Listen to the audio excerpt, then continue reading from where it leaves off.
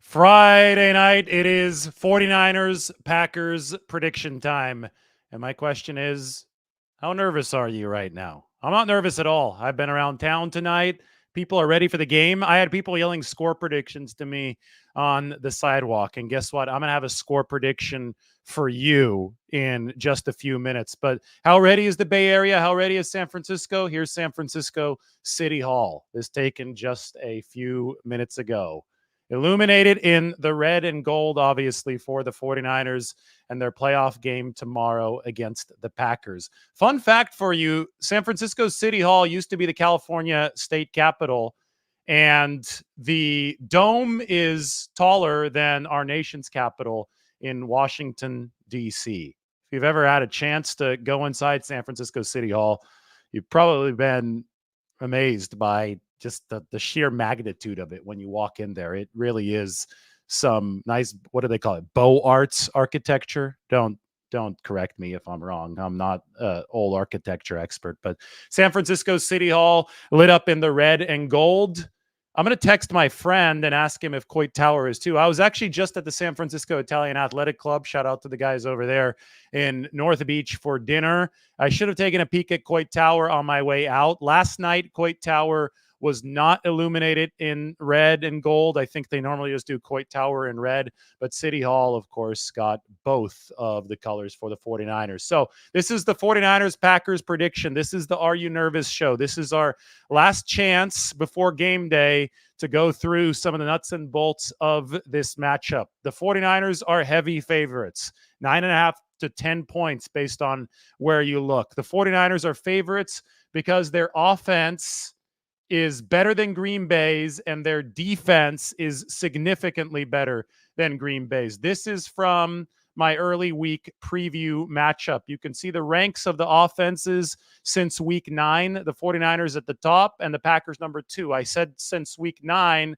because Green Bay turned it around at that point of the season. The 49ers are going to be playing a red-hot Packers offense, but guess what? Green Bay's defense is still ranked number 27 DVOA overall. The Packers against tight ends have been really bad. The Packers against running backs out of the backfield have been really bad. Guess what? The 49ers have George Kittle and Christian McCaffrey on this team. Green Bay's run defense also ranked down near the bottom of the NFL, number 26, number 27, and a lot of people thinking that the 49ers are going to be able to run with impunity in tomorrow's game. I always think of stuff in a more nuanced fashion. I talk about run pass balance because even if you're a terrible run defense in the NFL, generally speaking, if you could stack the box, you're going to take away the run. Now, there are exceptions to this. One of the exceptions was 49ers Packers in the NFC Championship game 4 years ago. That was at Levi's Stadium. The 49ers jumped out to a 27-0 halftime lead, and they ended up winning the game 37-20. Green Bay couldn't stop the run. Troy Aikman said that they lost their manhood on the field when they couldn't stop the 49ers run. It was an embarrassing performance for the Packers and one of the greatest rushing performances in NFL history for the 49ers. To do that in an NFC Championship game, average about 7 yards a carry, only have to throw the ball, I think, 8 times in the whole game? That was stuff of dreams for the 49ers. It is unlikely that you're going to be able to run with such impunity without also passing the ball more than 8 times tomorrow. That being said, Brock Purdy has been the most efficient quarterback in the entire National Football League. To illustrate that, I present this. You want to be further to the right and further up on this chart? Brock Purdy is all the way up there in the corner. Oh, guess who else is there? This is since week 9. Brock Purdy's been up in the upper right the whole season, by the way. But I'm being nice to the Packers. My last name is Lombardi, so they expect some niceties out of me. But anyway, since week 9, since Jordan Love has turned it around, it is Love and Brock Purdy at the very top of the league in terms of quarterback play. So you look at the 49ers offense and you look at their, one of the keys that I put to the game yesterday, time of possession, because that's a key for Green Bay too, keep the defense off the field. It looks like the 49ers offense and its quarterback is really suited to do that. The question on the other side is Jordan Love suited to eat up some clock for the Packers? The Packers have had the number 2 time of possession in the NFL ever since week 9. They were number 28 weeks 1 through 8. number 2 since week 9. And what that's doing is Green Bay doesn't have a good defense, but they're keeping their defense on the sideline. They're controlling game flow with an offense that looks a whole lot like the 49ers offense. Matt LaFleur, Kyle Shanahan, both on that Washington staff. LaFleur was under Shanahan. LaFleur was the quarterback's coach. Kyle Shanahan was the offensive coordinator. Mike Shanahan was the head coach back in those Washington days. So you have a play action based attack. You have a lot of similarities because the coaching staffs have overlapped and worked together in the past. And you no longer have Aaron Rodgers in Green Bay. Aaron Rodgers would go off script because he was Aaron Rodgers. He would occasionally just say, I'm going to do whatever the hell I want to do in this situation. But Jordan Love has had to work his way up the pedigree in Green Bay within the context of Matt LaFleur's scheme. And I think that's working really well for the Packers because they've got a lot of young wide receivers, a lot of young weapons, first and second year guys at both wide receiver and tight end. They're going to run 2 tight end on you. They're going to run adaptable formations. That means formations they can run out of or pass out of, leave the defense guessing at the line of scrimmage. You confused the hell out of the Cowboys last week. Jordan Love has been awesome off play action since that week 9 split, as you can see here in the overall efficiency. All of this stuff I'm talking about, the Packers, it's stuff that the 49ers do at the best level in the league. We talk about the 49ers having adaptable skill position weapons. That means that Christian McCaffrey can play receiver. He can play running back. Deebo Samuel can play both too. George Kittle can line up everywhere. Somebody like Kyle Juszczyk is a Swiss Army knife. The defense doesn't know what's coming. The Packers have been able to exert similar pressure on defenses as the 49ers have, but the 49ers have the star power. The Packers have the first and second year players, and the 49ers on the other side of the football have the defense that I think is a clear top 3 defense when rested this season. That's been one of the big things this year. The 49ers' best defensive games have come after rest. Week 1 against Pittsburgh, great 5-game stretch to start the season. Their biggest struggles, week 6 to 8, they're really tired by week 8. Bye week in week 9, 49ers come out firing, dominant again off of rest in week 10. Well, they've just had a lot of time to rest. I think that defense, they're going to be like rabid wolves when they're coming off of that edge. Nick Bosa thinks that. I talked to Nick Bosa about this. I included it in my preview article. In fact, that's worth putting up on the screen. Bosa had such a good quote in that article that we had him lead the picture of the article. Here we are. Nick Bosa and the 49ers aim to ride their rest advantage to another win over the Green Bay Packers. There he is. And Bosa said that I think that people won't be shocked, but people are going to be impressed by the 49ers' rested defensive line in this game. The last time that we saw this type of rest dynamic for the 49ers, and they had even a little bit less rest than this time, but it was the 2019 season, early 2020 calendar year. They had the bye. They earned it in Seattle. They had Dee Ford. They had Nick Bosa. They had DeForest Buckner. They had Eric Armstead. We saw a lot of crazy stuff in that divisional playoff round game against the Minnesota Vikings. We're talking the crazy stunts on the inside. We had crazy alignments and game moves.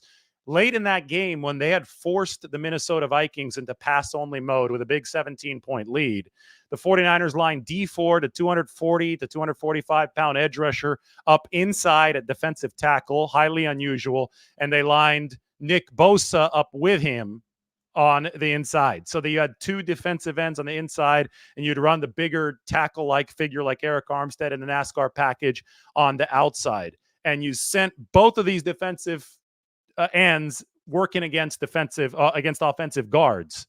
They're working in the spot the defensive tackles normally work, but the reason that you normally have bigger tackles is because you're worried about stopping the run. When you're up big, you don't have to worry about stopping the run, so you could put the lighter defensive ends in on the inside, and they can terrorize the bigger, stockier offensive guards with their athleticism.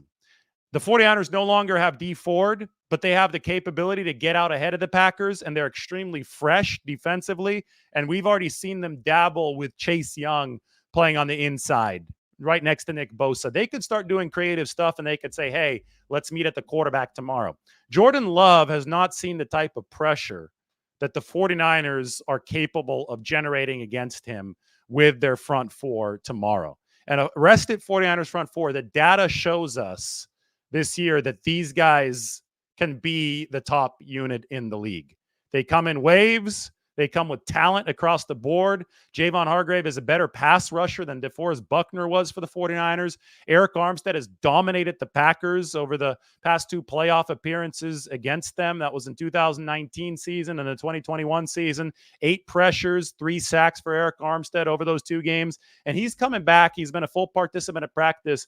He is going to be really, really key to key one, and that is stopping the run. Armstead is one of the most impactful run defenders in football.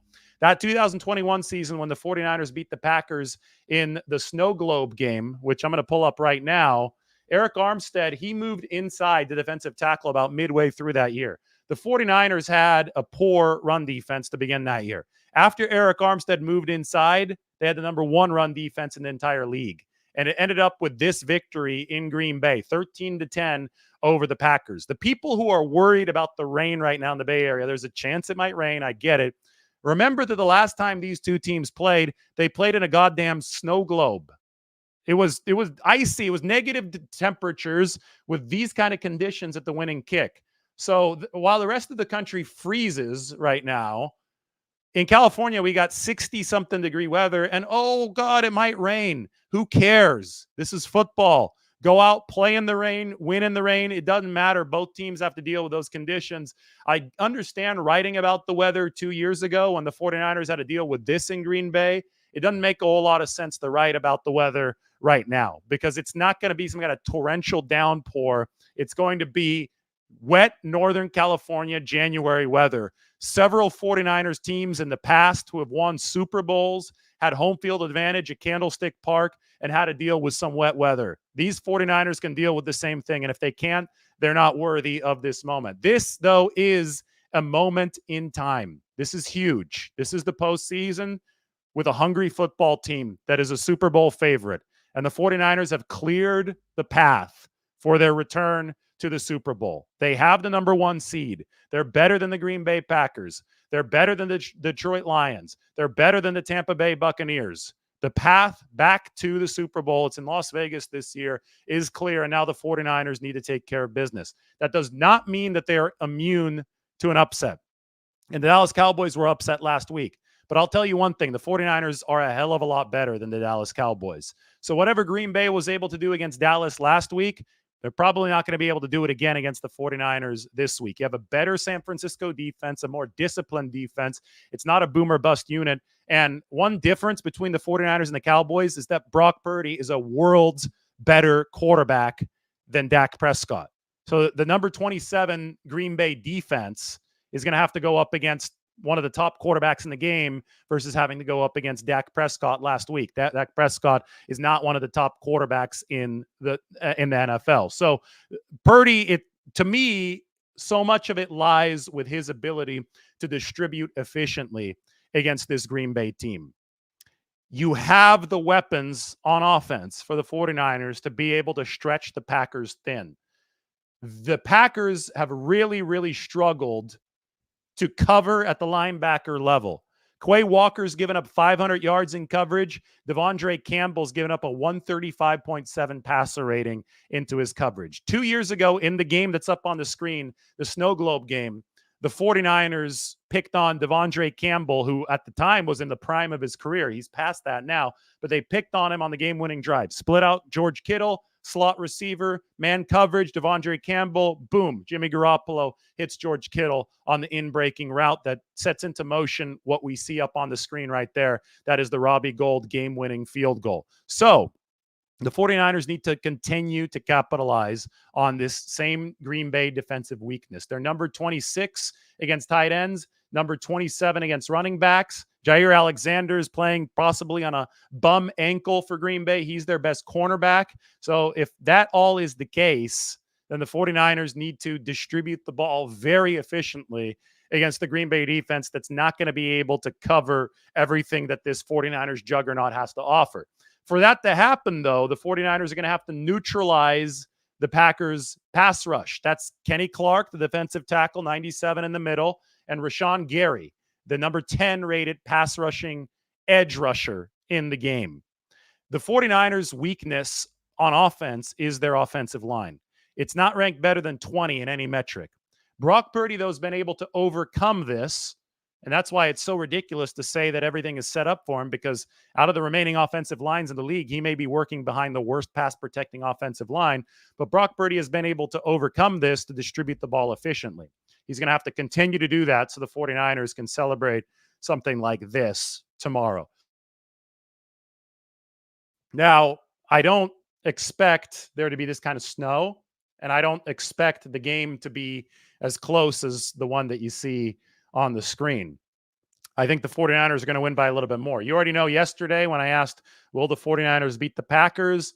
The answer was yes. So we're going to get to the prediction here in just a little bit, the exact score prediction. First off, for those of you joining, this is tonight. San Francisco City Hall is lit up in red and gold. It is a sight to behold.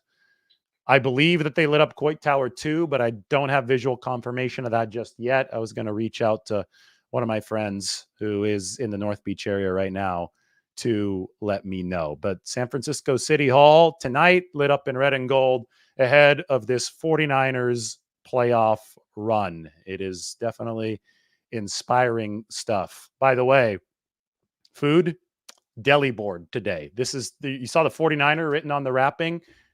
That's because this is the 49er sandwich from Deli Board. Brisket and pastrami, a little blend of the two. White American cheese, avocado, and a sandwich that is named after the team that we will be watching tomorrow. It's called the 49er, whose colors are red and gold. Now, the reason that I'm showing you City Hall and showing you this sandwich is that I'm stalling a little bit. I get it. I'm not showing the prediction until we have 1,000 people in the room. And we're almost at 1,000 people. It says 994, which inversed is 49.9, like 49ers. Now we're there, 1,009. So I said, will the 49ers beat the Packers? The answer is yes. The final score, the prediction, 49ers 37, Green Bay Packers 20. There's some symbolism in this prediction, but there's also logic in it. First off, symbolism. The last time the 49ers and the Packers played at Levi's Stadium in the postseason, the final score was 49ers 37, Packers 20. Now, they got to that final score in a much different fashion than I think that they'll get to the final score in tomorrow's game. The 49ers jumped out to a 27-0 lead at halftime in that game, and then Aaron Rodgers threw, I think there was a deep completion, maybe even a deep touchdown, but the Packers did chip away at the lead in the second half. They got up to 20 points, but it was never really close. The 49ers scored 10 more after halftime, and they won that game 37-20. I think this game is going to be the same score because I see Green Bay's offense as a very respectable unit. They've been the second best in the league, as I said, since week 9, but I also see a fresh 49ers defense in their way. I think that pass rush will be rushing with their hair on fire. I think Steve Wilks, with extra time to prepare, is going to be able to execute key 2, which are very good DB coverage combinations. Jordan Love has thrown all but one of his interceptions against zone coverage, and the 49ers run the 7th most zone coverage in the league. Now, Jordan Love, over, I think, the last 10 or 11 games, has thrown 21 touchdowns and only 1 interception. So it is incumbent on the 49ers to show Jordan Love something that he hasn't seen in about 3 months of play to make him uncomfortable. But I do believe that the 49ers do have that extra juice to put to put Jordan Love in that discomfort zone. I keep on almost saying Aaron Rodgers. It's just, I'm so used to saying Aaron Rodgers when I'm talking about Green Bay, but no, it is Jordan Love. So you have to be able to put him into that level of discomfort that is severe, because Jordan Love can throw off platform. He beat the Cowboys despite getting pressured last week. He was throwing off his back foot. He was throwing off platform.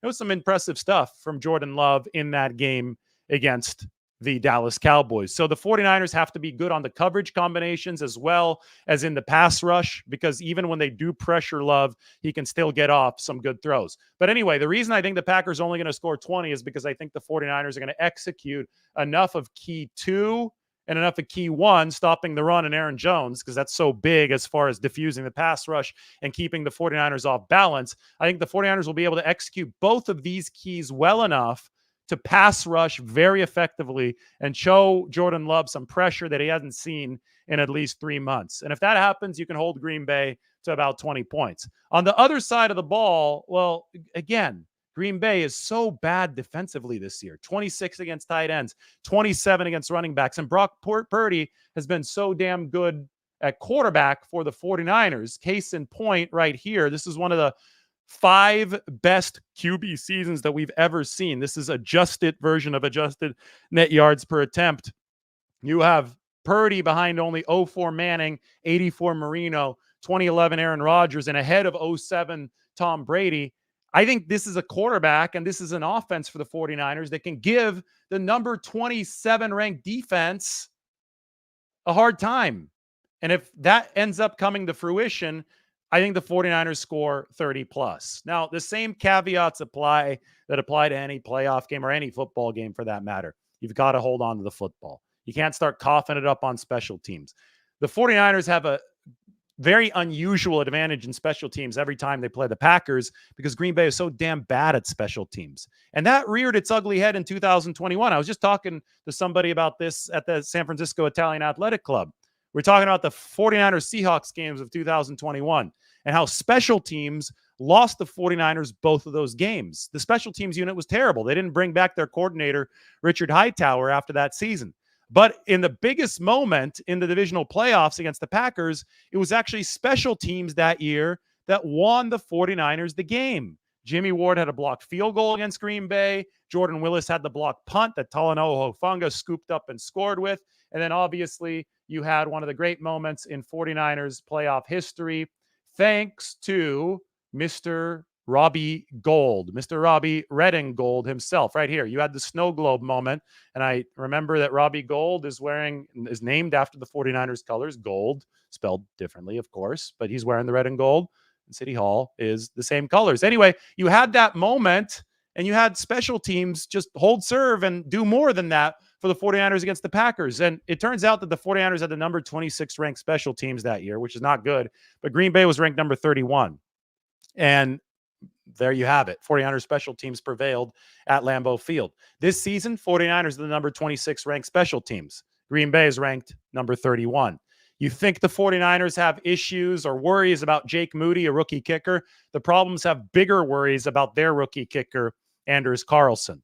So the 49ers have a better defense by a lot than the Packers. Their special teams is also better. And their offense, well, this is the number 1 offense against the number 2 offense since week 9, 49ers and Packers. So it's a marquee matchup offensively, but where the 49ers have the big edge is at the other spots of the field. And the other spots of the field are why I'm predicting the 49ers to win this game 37-20.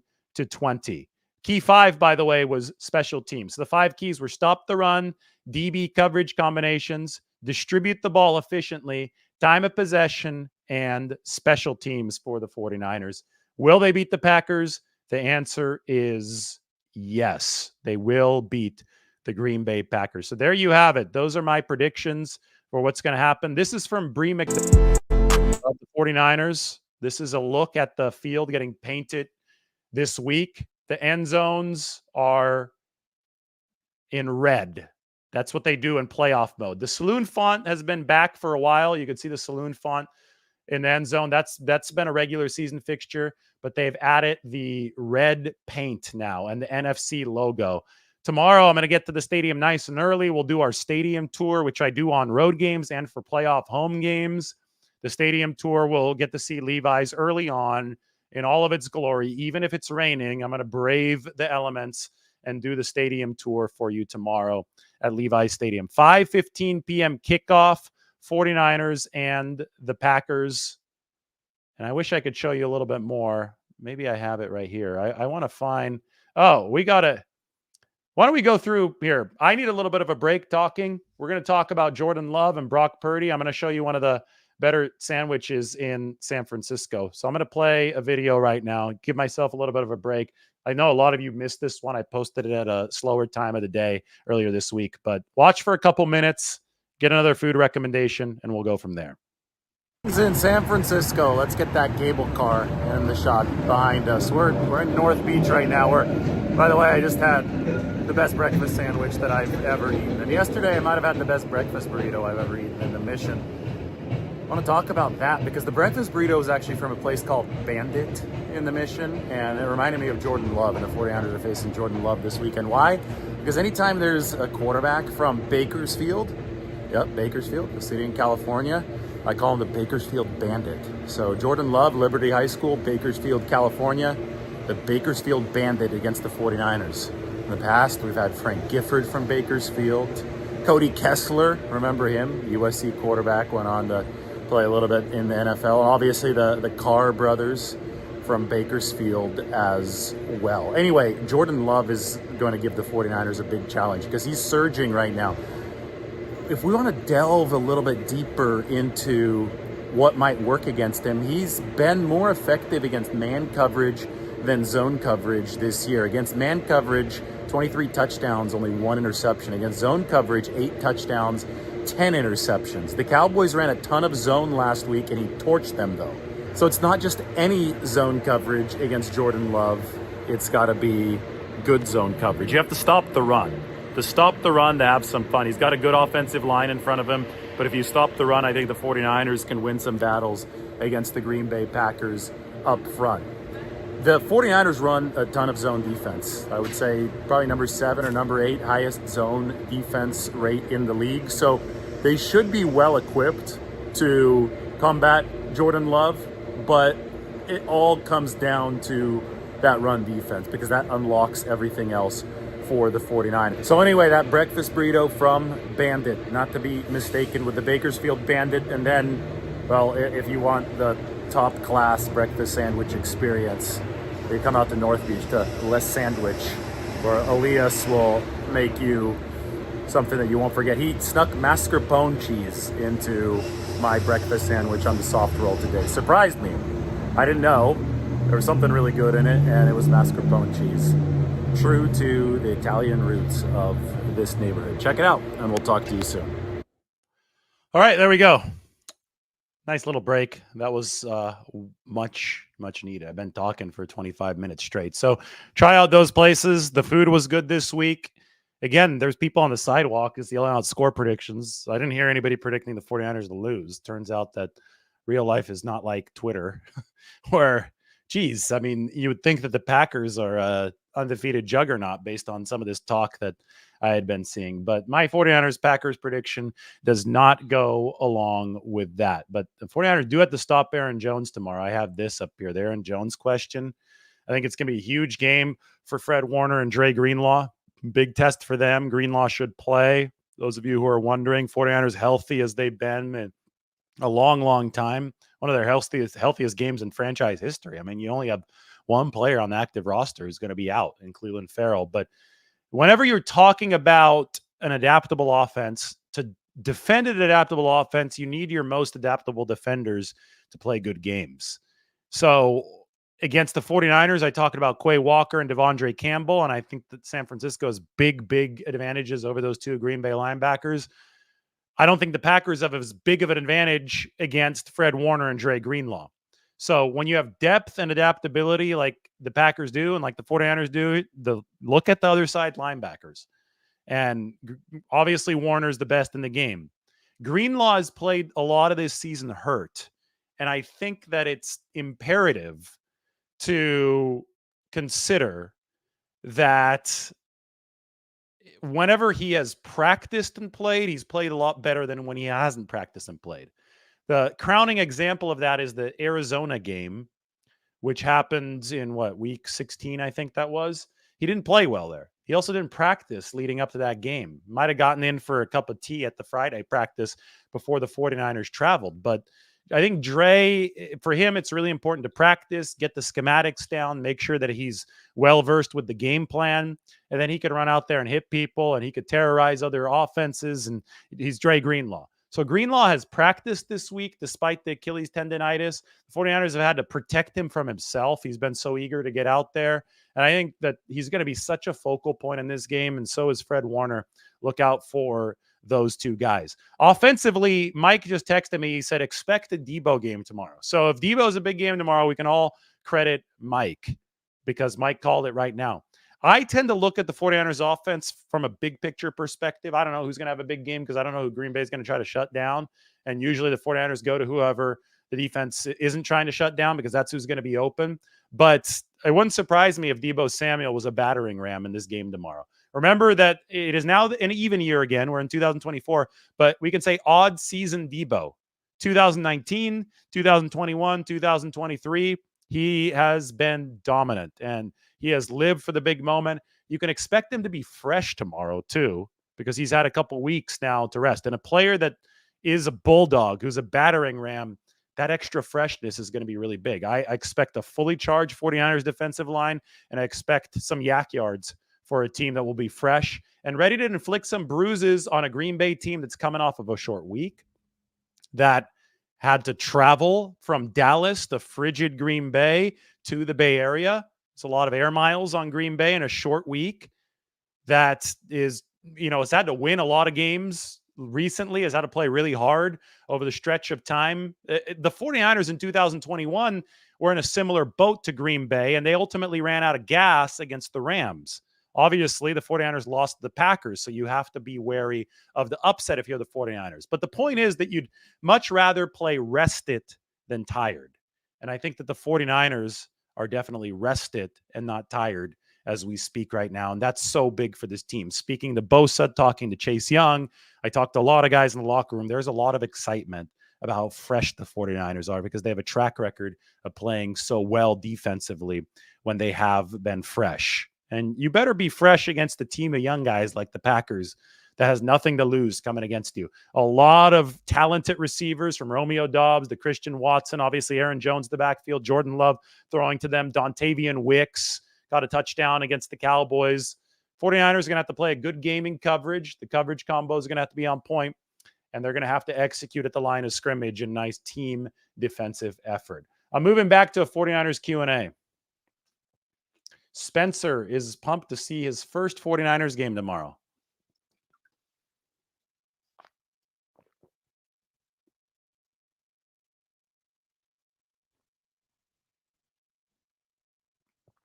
The Packers bye week was really early in the season, kind of like the 49ers in 2019. Remember that? They had the week 4 bye, then didn't get another bye until they secured the number 1 seed in Seattle. Post your questions.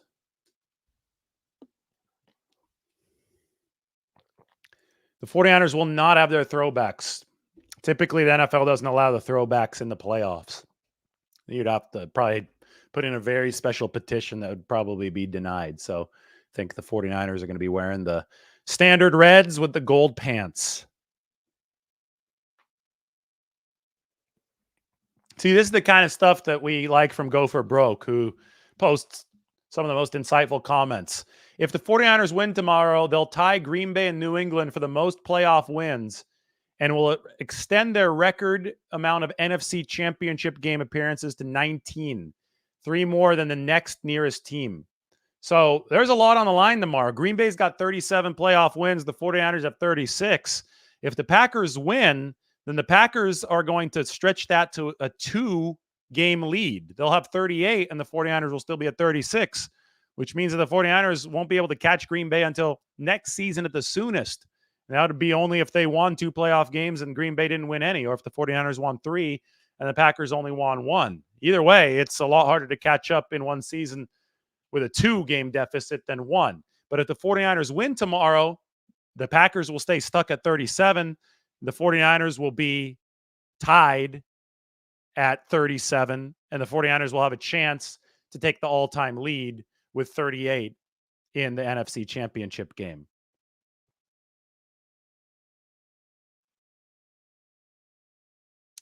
That is great. We got to pay Go for Broke for some of these great stats. Awesome. He's good.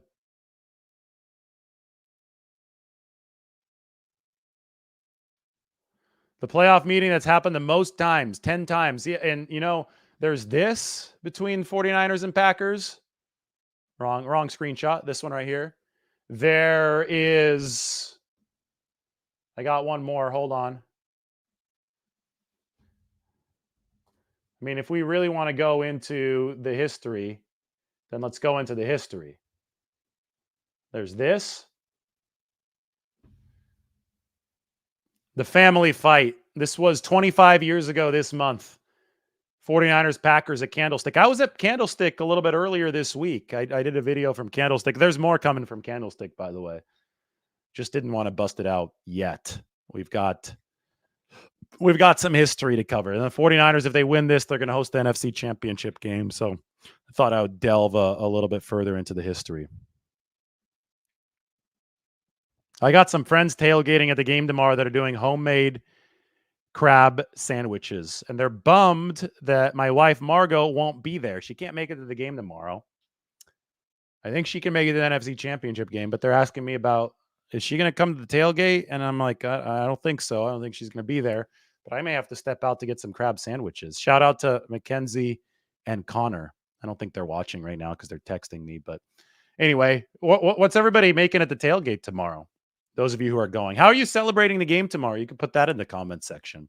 We can talk about that. Where are you watching? What bar are you at? Whose backyard you in? Whose living room will you be in? What are you cooking?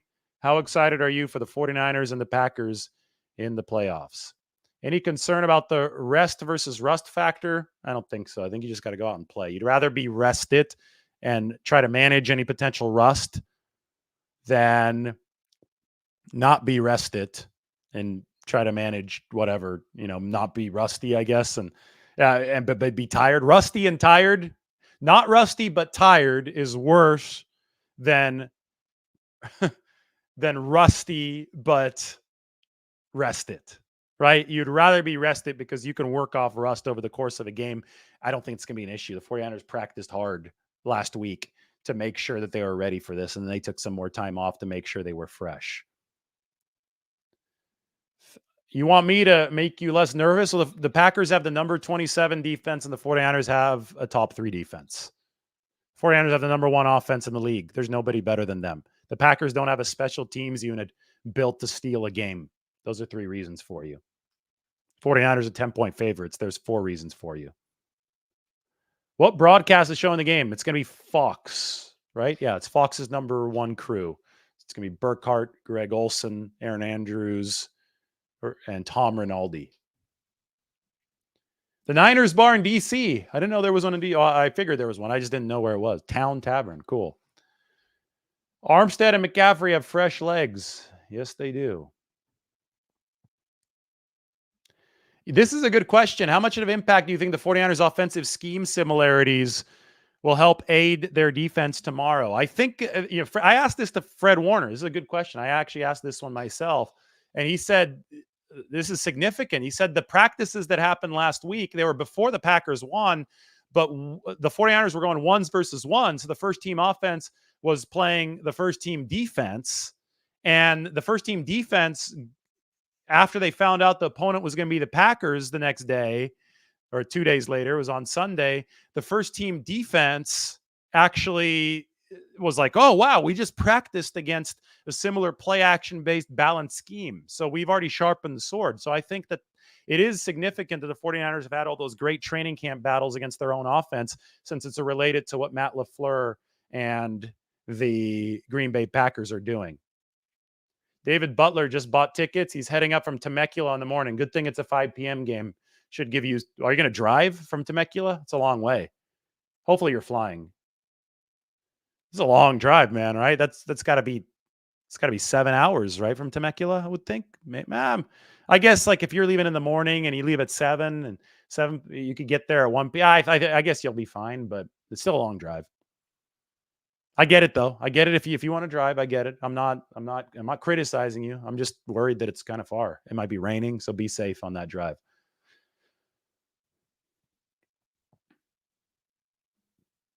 Temecula is down, like, it's San Diego, either San Diego or Riverside County, right? I don't know which county it's in, but it's down in Southern California.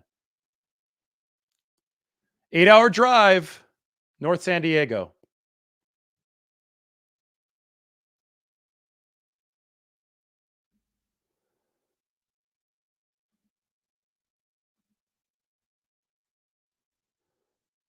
'49ers bar in Colorado. That's awesome. I heard there's a 49ers bar in Nashville too. I don't think my wife is going to be going to that one. She's in Nashville tomorrow. I think she's watching at home, but I I would like to know more about this 49ers bar in Nashville because I always say I have a lot of family out there that might be interested every once in a while in going to watch a game. I used to go down I did a story on the San Francisco Saloon in LA, which unfortunately has closed. That they now meet up in a different spot. But when I went there, I went there for the 49ers Saints game in 2019, and I wrote a story about these guys. They literally wore helmets, 49ers helmets, in the bar as they were cheering on the 49ers. It was a wild scene. Very good times in the San Francisco Saloon. You could see the old Fern Bar. You could see the stained glass chandeliers, the concept essentially invented in San Francisco in the 60s. See the Golden Gate Bridge. They served Irish coffees just like the Buena Vista Cafe. Really, really cool.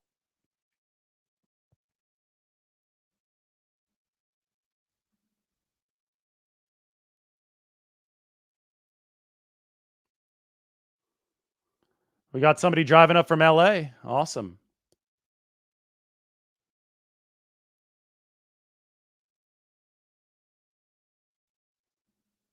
Go for Broke is correcting us. This is why we keep him around. Someone just said that the next nearest to the 49ers Packers playoff meetings was 5 games, but the 49ers and Cowboys have the second most playoff meetings with 9 games.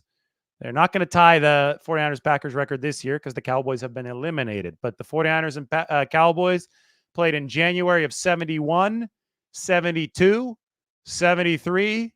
I didn't realize they played in 73 as well. 82, 93, 94, 95, 2022, and 2023. There was that long hiatus in between 49ers Cowboys games, but that long hiatus might have been needed after what was the most scintillating rivalry of NFL history, the 49ers and the Cowboys in the 1990s. That's the longest article I've ever written. Center Stage, reliving the revolutionary Cowboys 49ers rivalry of the 1990s.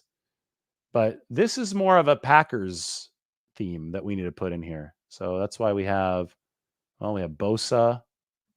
There it is, the family fight. Owens, they signed Charles Haley, the 49ers did, for one game.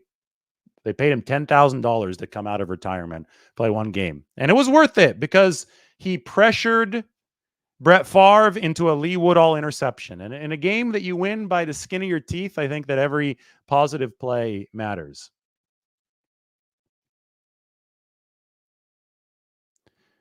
All right. Jerry's driving up from Visalia. That's my hometown. Not a bad drive. You can make it in 3 hours, especially on a weekend. But show up early. Don't take any chances. Give yourself some time to make it up. Across Pacheco Pass. Get gas at Casa de Fruta.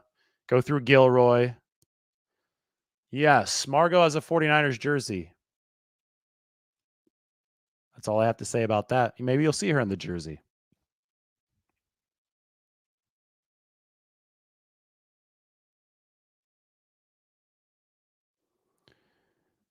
I already did a video about all the Brock Purdy hate. It makes no sense. I made a video earlier this afternoon, so go ahead and check that out. It makes absolutely no sense. Brock Purdy hate is coming from a really, really irrational place, and people are going out of their way to dish it out.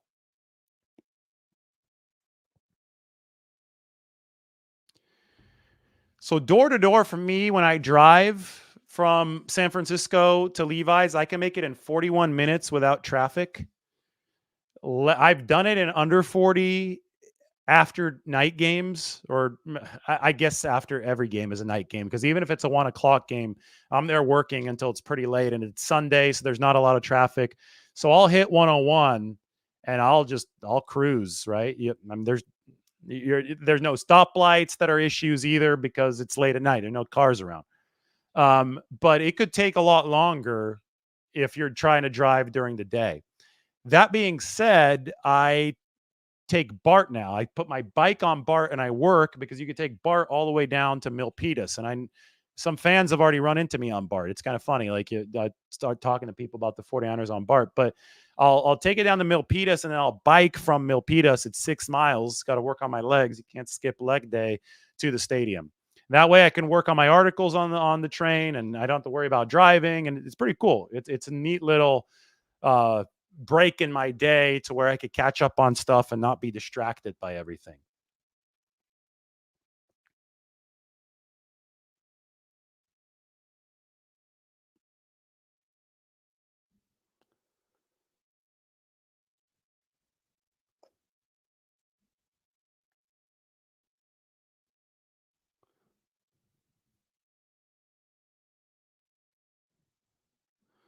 Is Margot going to get a custom coat from Juszczyk's wife?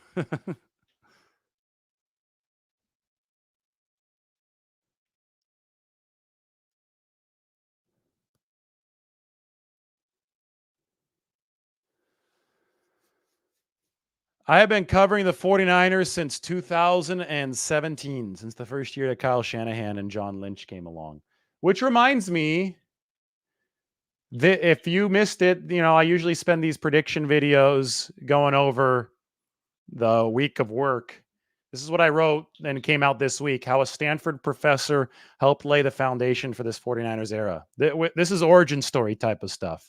Highly recommend checking this out because the Stanford professor, his name is Burke Robinson, actually sat down with him, lunch in Palo Alto. We talked about the initial meeting between Shanahan and Lynch and how they built the vision statement. And then I sat down with John Lynch and we delved into this. And to understand how special this 49ers team is, you have to understand how they've built it. And some of it might seem obvious, but it really isn't frequently peddled in the NFL. It's crazy how stuff like front office cohesion, being on the same page, having a unified vision statement, 49ers fans should know that this is not automatically attainable because Trent Baalke and Jim Harbaugh and Trent Baalke and every coach, they weren't on the same page. With not a good environment in the building. What the 49ers have changed since 2017 is the environment in the building. The scouts speak to the coaches speak to the scouts. They know exactly what type of player they're going for. They established it in the vision statement that I wrote about here. It is no accident that the 49ers have gone from the worst roster in the National Football League to the best. In a salary cap sport, it's not easy to do. It's not easy to go worst to first. You have to change a lot about your process and your execution. And they have. And, I don't think that it's been written about enough how they've done it. So I've written about the comp pick formula, the salary cap formula, and now this, the vision statement that the 49ers put together in 2017 and have amended and modified and been flexible with over the years, learned from their mistakes to get to where they're at now. Nobody is contending that the 49ers have been perfect in their construction of this football team. But anybody that's realistic and knows the game of football realizes that perfection is impossible. All you're doing is striving to get as close to it as possible, and you're trying to learn from your mistakes in the heat of battle. So the proof is in the pudding. I wrote about the pudding right here. You see the proof in it. The 49ers, with the help of a Stanford professor, built a vision statement that has put them in the position where they're at now. And that position is a clear path to the Super Bowl, coming off of NFC Championship game appearances in 3 out of the past 4 years. So it looks like there's a big Las Vegas 49ers bar, Joey's Tavern.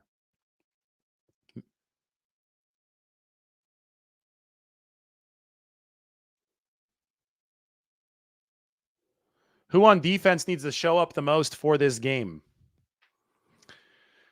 I think Warner and Greenlaw are huge. I think the entire unit needs to show up, though. I talked about this being a secondary game. Like the rush is going to fuel some of the coverage, but the coverage is going to have to fuel the rush. You got a lot of good Packers targets. They're 5, 6 deep as far as eligible targets go. They're going to run 2 tight end. They have a great slot presence. Romeo Doubs is a big physical outside presence. It's not an easy defense to defend. So it's a team sport. I think too often we try to put pressure on an individual and just look at things too much in terms of single players here and there. It's not how this game is going to be determined. This game is going to be determined by the unit-wide effort. Remember that Jordan Love has thrown all but one of his interceptions against zone coverage. Now, interceptions in general come more often against zone, but Love and this unit, this offense, they've been really good against man. Against zone, that's when he started to run into some trouble.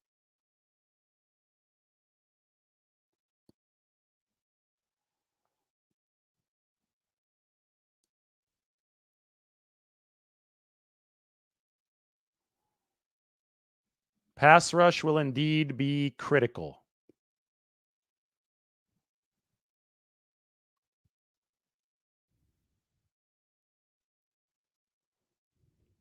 Mig C thinks it's going to be Brock 30 tomorrow.